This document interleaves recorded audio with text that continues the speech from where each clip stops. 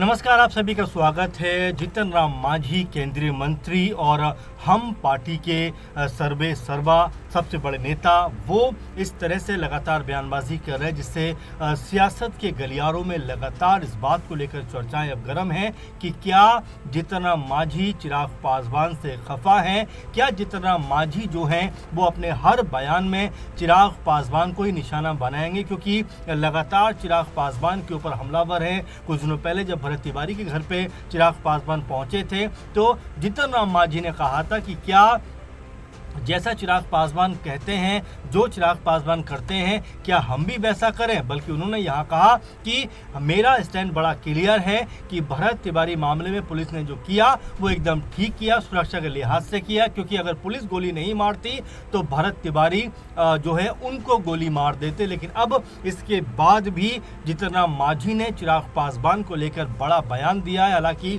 कोई नाम लेकर तो बयान उन्होंने नहीं दिया, लेकिन बिना नाम के ही उन्होंने यहाँ चिराग पासवान पर निशाना साध दिया है। और आपको बता दें कि केंद्रीय मंत्री जीतन राम मांझी यहाँ पर कहते हुए दिखाई पड़े कि कुछ लोग आरक्षण के हितैषी बनते हैं और नाखून काटकर शहीद का दर्जा लेना चाहते हैं। मांझी ने साथ ही कहा कि दलितों का आज भी वही हाल है। हालांकि अपने बयान में जीतन राम मांझी ने एक बार भी चिराग पासवान का नाम नहीं लिया और जो बयान उन्होंने दिया कि कुछ लोग जो हैं वो आरक्षण के हितैषी तो बनते हैं लेकिन कुछ करते नहीं, क्योंकि चिराग पासवान ने जो बयान दिया था कुछ समय पहले, उन्होंने कहा था कि ना तो उनके रहते संविधान पर कोई आंच आ सकती है और ना ही आरक्षण को कोई हाथ लगा सकता है। और अब उसी के ऊपर जीतन राम मांझी ने एक तरीके से पलटवार किया है। उन्होंने कहा है कि कुछ लोग बड़ा हितैषी बनने का प्रयास करते हैं, कुछ लोग ये साबित करना चाहते हैं कि वो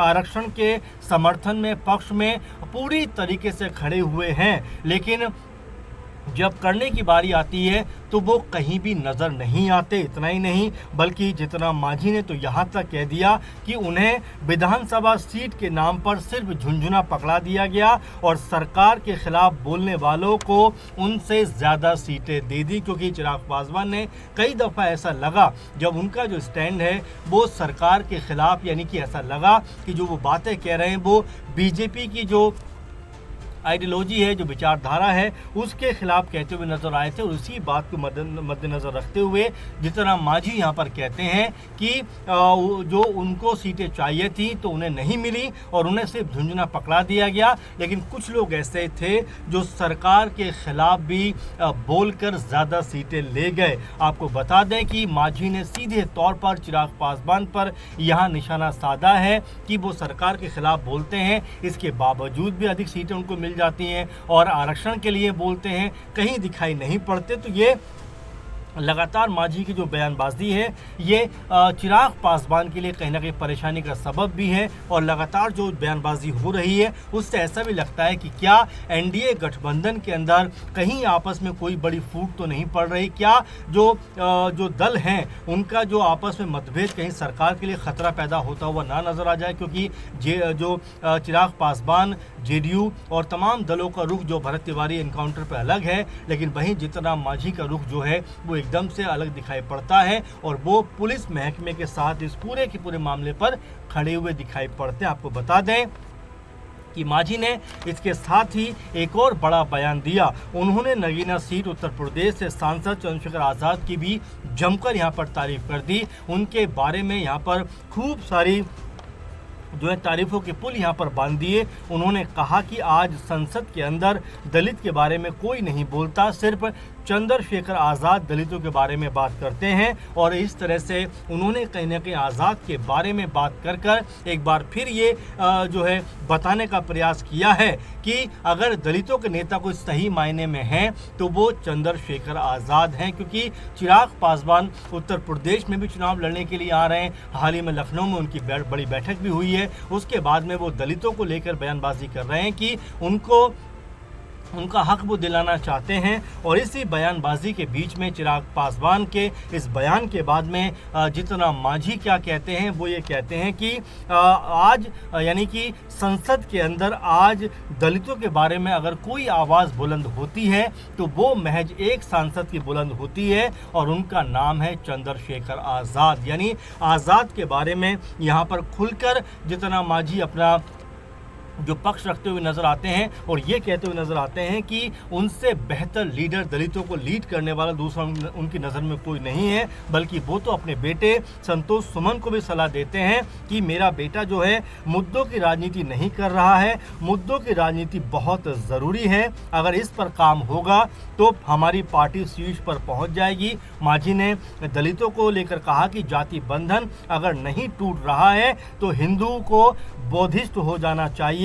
और इसी के साथ में जीतन राम मांझी ने बड़ा बयान देते हुए यहाँ तक कहा कि अगर उनके बेटे संतोष जो हैं अगर वो मुद्दों की राजनीति करें तो पार्टी को ऊंचे लेवल पर जाने से कोई नहीं रोक सकता। और साथ में वो ये भी कहते हुए नजर आते हैं कि अगर दलितों के साथ में लगातार अन्याय होता है, लगातार उनको प्रताड़ित किया जाता है धर्म के नाम पर, जाति के नाम पर, तो बेहतर हो कि वो हिंदू धर्म छोड़कर बौद्धिस्ट बन जाए। यानी कि अगर उनके ऊपर जातिगत तौर पर जुल्म होता है, उनको इग्नोर किया जाता है, दरकिनार किया जाता है, समाज में उनके साथ में अच्छा व्यवहार नहीं होता है, तो वो बेहतर होगा कि बौद्धिस्ट बन जाए।